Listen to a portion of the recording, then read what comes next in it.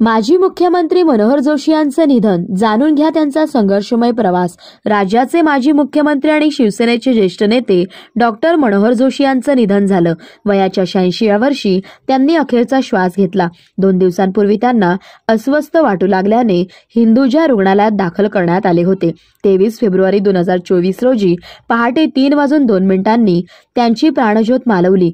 मनोहर जोशी यांची संपूर्ण कारकीर्द कशी होती यावर आपण एक नजर टाकूयात। मनोहर जोशी यांचा संघर्षमय प्रवास। मनोहर जोशींचे वडील त्या काळी भिक्षुकी करायचे। त्यानंतर मनोहर जोशी देखील भिक्षुकी करू लागले। एक काळ असाही होता की ते माधुकरी मागून जेवत असत, मात्र शिकण्याची जिद्द प्रचंड होती। त्यामुळे मनोहर जोशी प्रतिकूल परिस्थितीवर मात करत शिकले आणि शिक्षक झाले। कमवा आणि शिका या तंत्राने ते लहानपणापासून संघर्ष करत होते।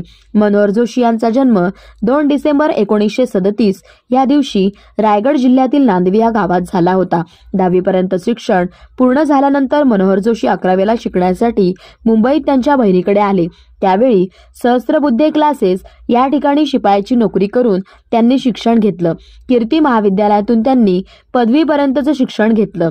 त्यानंतर मुंबई महापालिकेत क्लार्क म्हणून नोकरीही केली। वयाच्या 27व्या वर्षी मनोहर जोशी ते MA-LB झाले। त्यानंतर शिक्षक म्हणूनही कार्यरत होते। जोशी सरांचा राजकीय प्रवास: नगरसेवक 2 टर्म, विधान परिषद सदस्य 3 टर्म, मुंबईचे महापौर 1976 ते 1977, विधानसभा सदस्य 2 टर्म्स, महाराष्ट्राचे मुख्यमंत्री 1995 ते 1999, केंद्रीय अवजड उद्योग मंत्री 1999 ते 2002, लोकसभा अध्यक्ष 2002 ते 2004, राज्यसभेचे खासदार 2006 ते 2012। प्रतिनिधी शुभदा भिंगार दिवे, bureau report, Mahad 24 news, Ahmednagar.